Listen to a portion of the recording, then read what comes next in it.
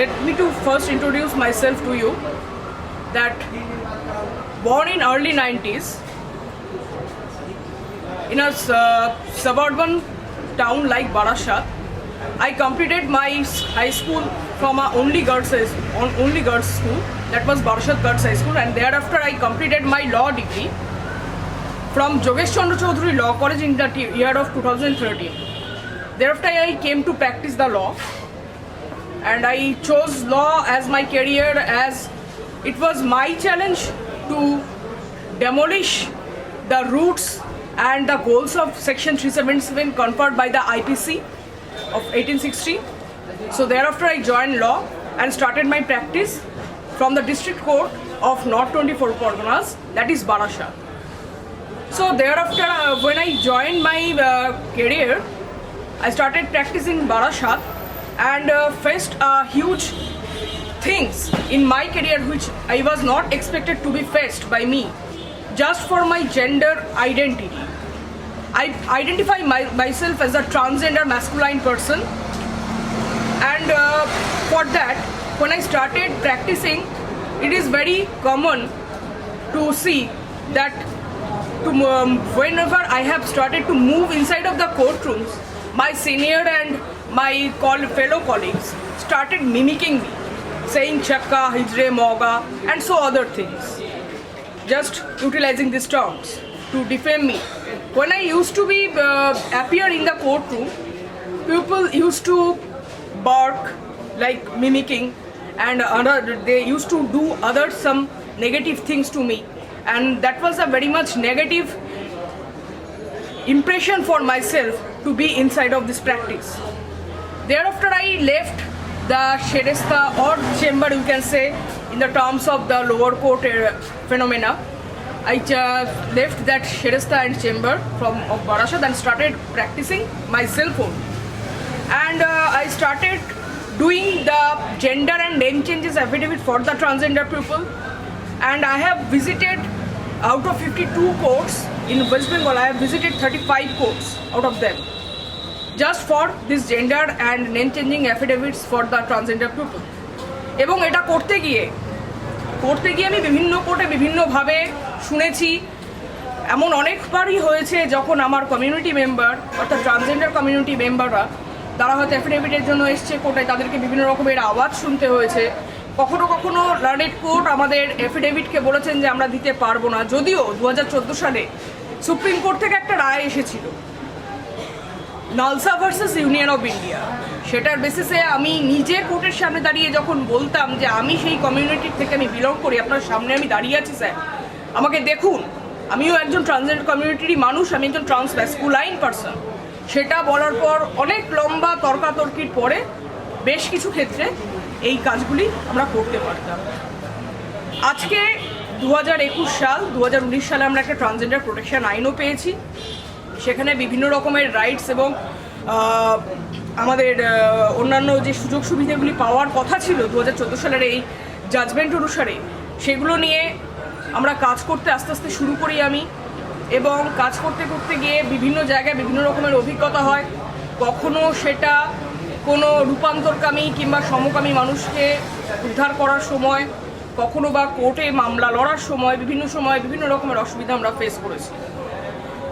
একটা ছোট্ট বিষয় বলতে চাই, সেটা হচ্ছে যে দেখুন, এটা খুবই তো স্বাভাবিক বিষয়, কিন্তু স্বাভাবিকভাবে আমাদেরকে কোনোদিন আমরা সেই মান্যতাটা পাইনি এবং আজও হয়তো পাই না কোথাও একটা। একজন সিসজেন্ডার মানুষ হিসেবে যদি আমি একদিন জন্মাতাম, আজকে আমি যে জায়গাটা আমার ক্যারিয়ারে দাঁড়িয়ে আছি, আজ আমার 7.5 বছরের কাছাকাছি প্র্যাকটিস হয়ে গিয়েছে, আজকের থেকে হয়তো কিছুটা ভালো জায়গায় থাকতাম, সেটা একেবারেই অনস্বীকার্য। তার কারণ আজ অবধি অন্যরকম কোনো কিছু আমাদের সমাজে কিন্তু মেনে নেওয়ার প্রবণতাটা খুবই কম, কিন্তু তা সত্ত্বেও আমরা আছি, আমরা থাকবো এবং আমরা ছিলাম। আমাদের লড়াই এবং আন্দোলন চলবে, জারি থাকবে শেষ দিন পর্যন্ত, যতদিন না আমাদের প্রত্যেকটি দাবি দাওয়া আমরা আদায় করে নিতে পারছি।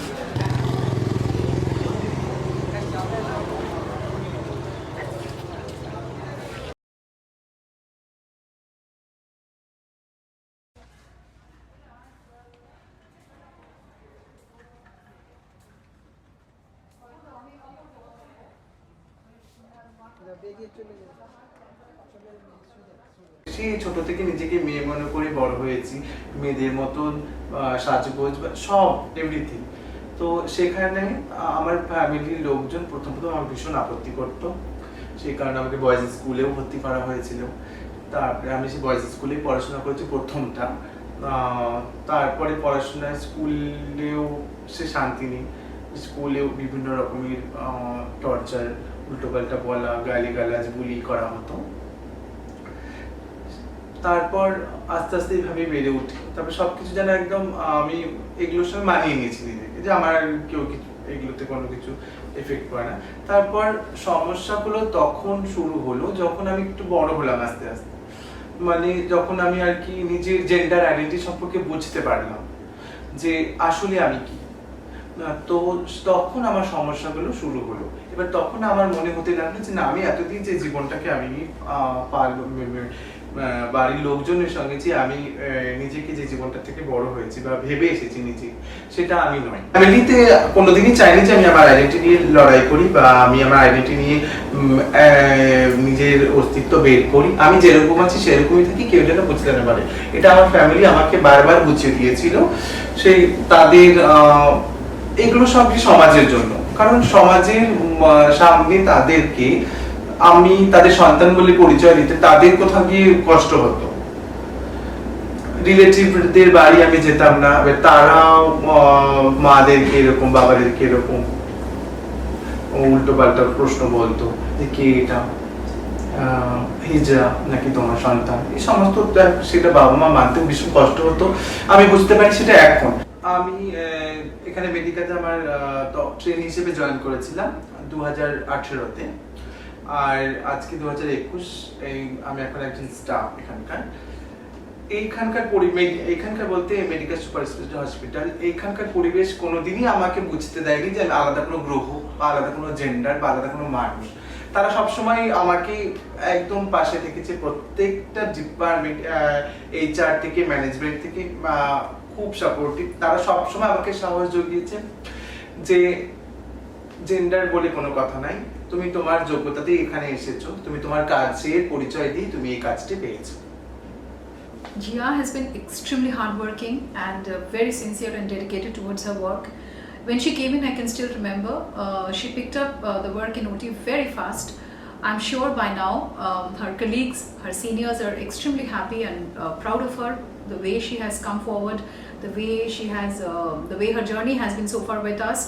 Jia is a revelation in the true sense. Medical, from the time of its inception, has been an equal employment opportunity provider. We have very consciously believed that every gender diversity should be represented in the workforce.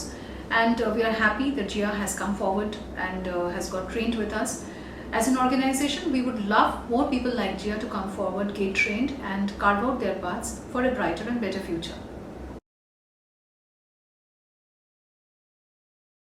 আমি আমার ভেতরে নারী সত্তা নিয়ে আমি জন্মেছি, আর বাহ্যিকটা যেহেতু পুরুষের শরীর, তো ছোটবেলা থেকে নানান রকম সমস্যার মধ্যে দিয়ে আমাকে যেতে হয়েছে। মানে আমার জার্নিটা খুব একটা ওই নরম মসৃণভাবে কাটেনি, সাধারণ মানুষের মতন যেভাবে কাটে সেরকমভাবে আমার লাইফ কাটেনি। তো নানান রকম ঘাত প্রতিঘাত, অনেক কিছুর বাধার মধ্যে দিয়ে আমাকে যেতে হয়েছে।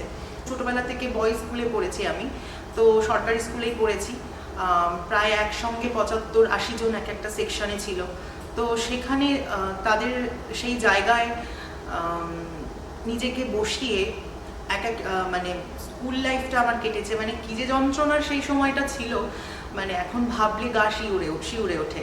তো আমার বেশ মনে আছে যে আমার উপরে আমি একটু ছোটোবেলা থেকে মেয়েলি স্বভাবের ছিলাম বলে সেই সময় স্কুলে অনেক স্যার, অনেক ম্যাডাম আমার সঙ্গে খুব মানে খারাপ ব্যবহার করেছিল সেই সময়। মানে আমাকে ফার্স্ট বেঞ্চে আমি বসতে পারতাম না, আমাকে লাস্ট বেঞ্চে বসতে হতো, মানে সবার লোক সমাজের আড়ালে আমাকে বসতে হতো। অথচ পরীক্ষায় ফার্স্ট রেজাল্ট আমি মানে কোনোদিন সেকেন্ড আমি হইনি, আমার স্কুলিংয়ের কথা বলছি। তারপর আস্তে আস্তে যেহেতু আমার পড়াশোনাটা খুব ভালো ছিল, সেই জন্য বোধহয় ওই মেয়েলি স্বভাবটা সকলের কাছে একটু ঢাকা পড়ে যায় ব্যাপারটা। তো এরপর আস্তে আস্তে যখন মেডিকেল কলেজে আমি চান্স পেলাম, আমি college of medicine GNM hospital Kalyani, তো সেখান থেকে আমি মেডিকেল পড়ি।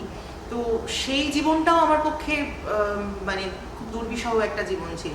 মেস লাইফে আমি মানে না আমাকে কোথায় রাখবে, একটা পুরুষের হোস্টেলে রাখবে নাকি একজন নারীর মেয়েদের হোস্টেলে রাখবে, সেইটাই তারা ভেবে উঠতে পারে না।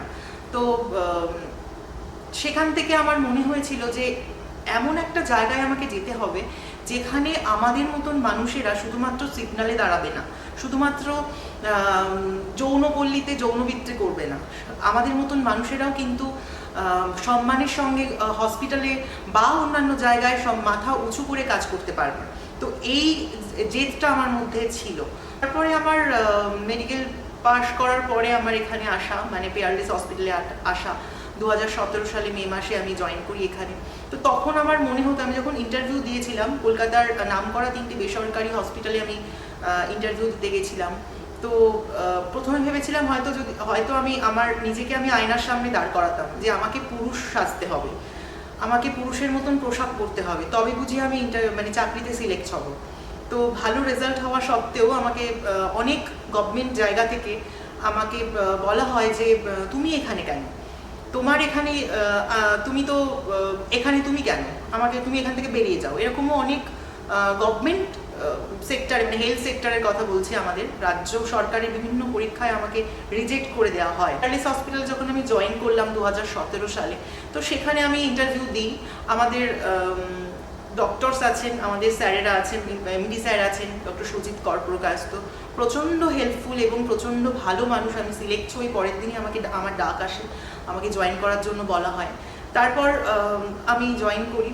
তো আমার মনে হয়েছিল বোধহয় আমার এখানে আমি আমার নিজেকে গুটিয়ে রাখবো, আমি প্রকাশ করব না।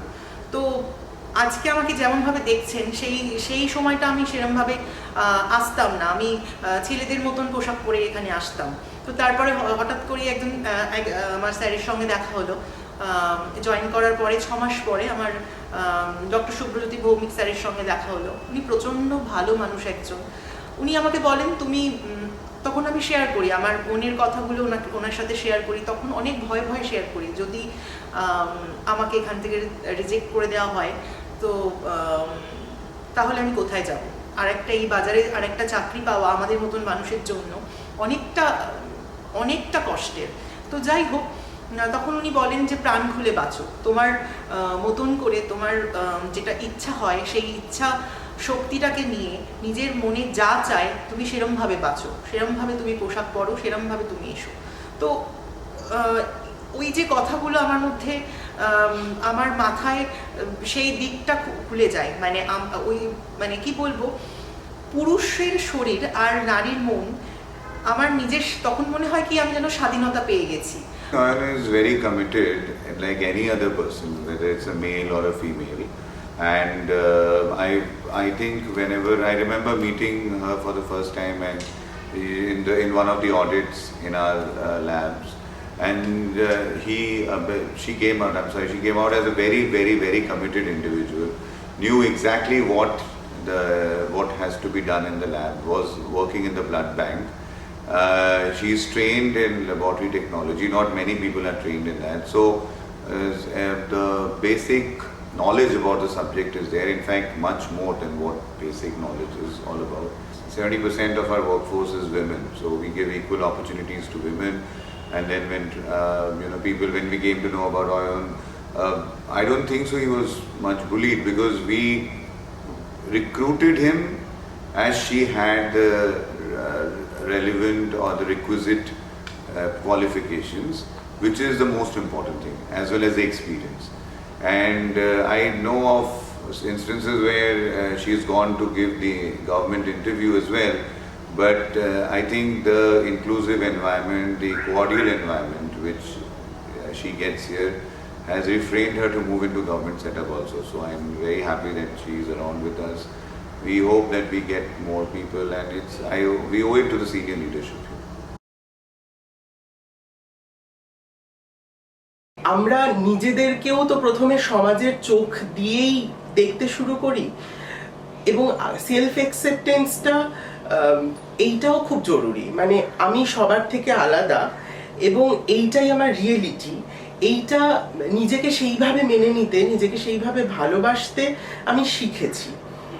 প্রবল কি বলবো, সংঘর্ষের মধ্যে দিয়েই শিখেছি। কিন্তু পরে মনে হয়েছে যে আমার তো আমি ছাড়া পাশে আর কেউ নেই, আমাকেই নিজের পাশে দাঁড়িয়ে সেই আমার স্বরটাকে বলিষ্ঠ করতে হবে, যাতে সবাইকে আমি আমার কথাটা বোঝাতে পারি। এবং প্রকৃতি আমাদেরকে এইভাবে তৈরি করেছে, ঠিক যেভাবে একজন নারীকে তৈরি করে, একজন পুরুষকে তৈরি করে। আমরা প্রকৃতিরই সৃষ্টি, এমন নয় যে কোনো ল্যাবরেটরিতে আমাদেরকে কৃত্রিমভাবে তৈরি করা হয়েছে বা কিছু। হ্যাঁ, আর এটা কোনো অন্যায় নয়। আমরা কোনো ক্রাইম করিনি, না চুরি করেছি, ডাকাতি করেছি বা অন্য কোনো রকম ক্রাইম করেছি, কিচ্ছু করিনি। সুতরাং আমাদের এক্সিস্টেন্সটার জন্যই আমাদেরকে কেন এই লজ্জা, এই হেনস্থার মধ্যে দিয়ে যেতে হবে? হ্যাঁ, এটা তো কোনো অন্যায় নয়। তো এইভাবে নিজের সাথে কথোপকথন করতে করতে, এবং আমাকে ভীষণভাবে সাহায্য করেছে সাহিত্য, রবীন্দ্রনাথের লেখা, অন্যান্য লেখকের লেখা। আমি পড়ে ছোটবেলা থেকেই ভীষণ বই পড়তে ভালোবাসতাম, কারণ বন্ধু ছিল না, তো পাড়ার একটা লাইব্রেরিতে একা একা গিয়েই কাট করেছিলাম, আর কারোর সাথেই মিশতে পারতাম না, মানে বন্ধুও ছিল না এই অন্যরকম হওয়ার কারণে। তো সঙ্গী বলতে বই, সবাই যখন ঘুমিয়ে পড়তো তখন বাড়িতে প্রচুর গাছ ছিল, সেই গাছপালা, প্রকৃতি, আকাশ, এই এই মানে প্রকৃতির সাথে নিজেকে কোথাও ভীষণ একাত্ম করে নিয়েই নিজের মতো একটা আলাদা জগৎ তৈরি করে নিয়েছিলাম। প্রথম আমার এই নিজেকে নিজের মতন করে প্রকাশ করাটা শুরু হয় প্রান্তকথায় যুক্ত হওয়ার পর।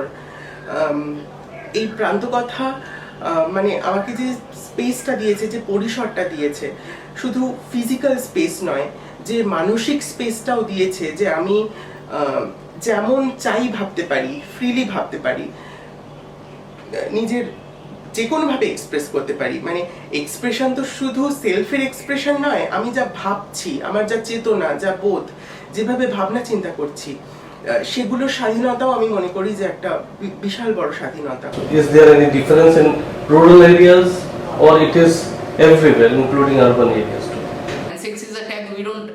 We don't utter these words, and therefore, how do we actually talk about these things? And young kids, adolescents, when they are becoming from, say, traveling from their childhood to their adulthood, lot of experiment and exploration happens. Where do they address those things to? Where do they go? Whom they do ask? And for them, what remains is a whole vast of internet, which is mostly a garbage of lot of things, and you do not know what to pick up. And therefore, running an organization on ensuring the rights of constitutional rights of LGBT people is quite difficult, sitting even in Kolkata in 2021.